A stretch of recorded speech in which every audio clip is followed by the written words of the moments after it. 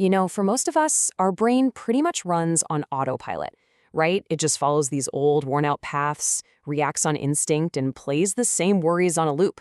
But what if I told you that's just the default setting? What if you could actually get your hands on the blueprints to your own mind and start, renovating? That's exactly what we're going to get into, how you can become the architect of your own brain. So let me ask you this, and it's a big one. Who is writing your inner story? I mean, think about it. Every single day, there's a narrator in your head telling you who you are, what you can and can't do, what you should be scared of. But did you choose that narrator, or has it just been running the show this whole time? This is what it's all about, taking back the author's pen. All right, so to figure out how to rewrite our story, we first have to look at the brain's, let's call them factory settings. See, our brains are hardwired for survival, and that means they come with some built-in biases that, well, in our crazy modern world, don't always help us out. Now take a look at this. There is a constant tug of war happening inside your head, right in your prefrontal cortex.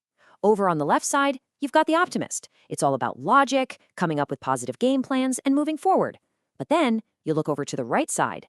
That's the pessimist. And its job is to constantly scan for problems, for dangers, for any reason to worry. And if that right side gets overactive because of stress, bam, you're stuck in a cycle of procrastination and anxiety. And this quote right here, wow, it perfectly illustrates what happens when that inner pessimist really takes over. Because this isn't just a feeling, you guys. It is a physical thing. Chronic stress literally physically damages the hardware of your brain. It shrinks the very receptors that let your brain cells talk to each other. It's actually weakening your ability to think clearly. So yeah, the stakes here are incredibly high. But, and this is the really empowering part, that blueprint is not set in stone. Not even close. We can actively repair that damage and strengthen the parts of the brain we want to use more. This is the moment we stop being passive passengers and start becoming the mind's architect. And the key to this whole process is a concept called neuro-wisdom. Just think of it as the actual skill of being your own architect or your own inner teacher.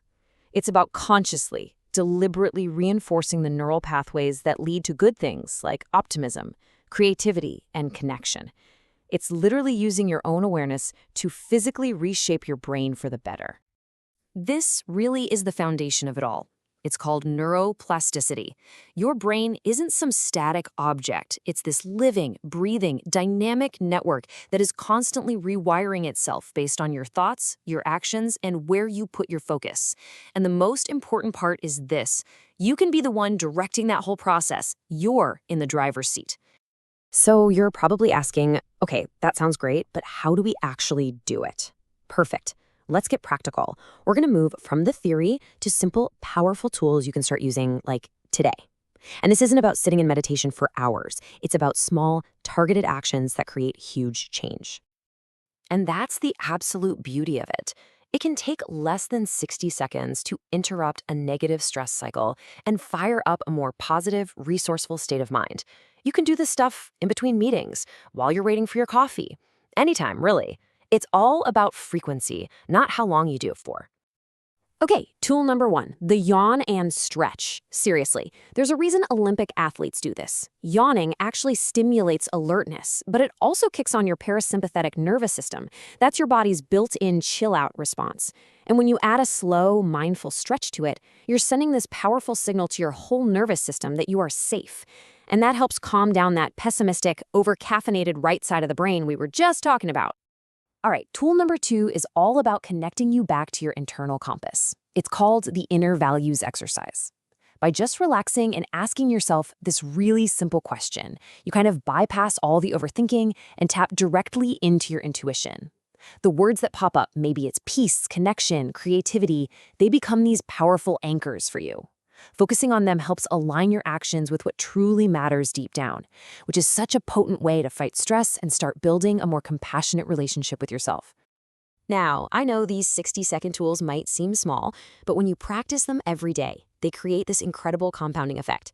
You're not just putting a Band-Aid on stress in the moment, you are fundamentally redesigning your brain's default state to one that is built for peace and resilience.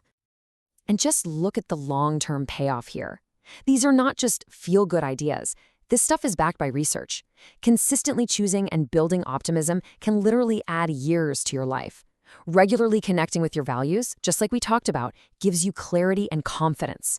You're not just wishing for a better mindset, you are actively building the neural architecture for permanent optimism. And you know, this whole journey of becoming your mind's architect, it isn't a solo mission. The peace and the self-awareness that you cultivate on the inside, it has this profound ripple effect on how you show up in the world and, especially, how you connect with other people.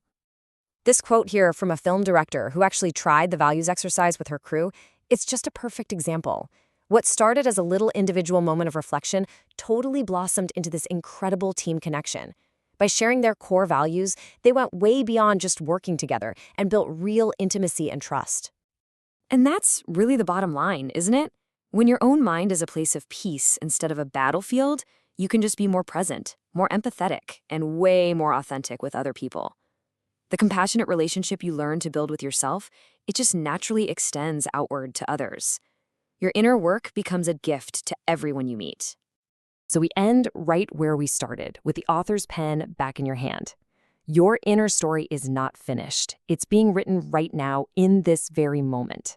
So after everything we've talked about, what's the first new sentence you are going to choose to write for yourself? Go on, try one of these exercises today, and I'd love to hear what you discover. Let us know in the comments.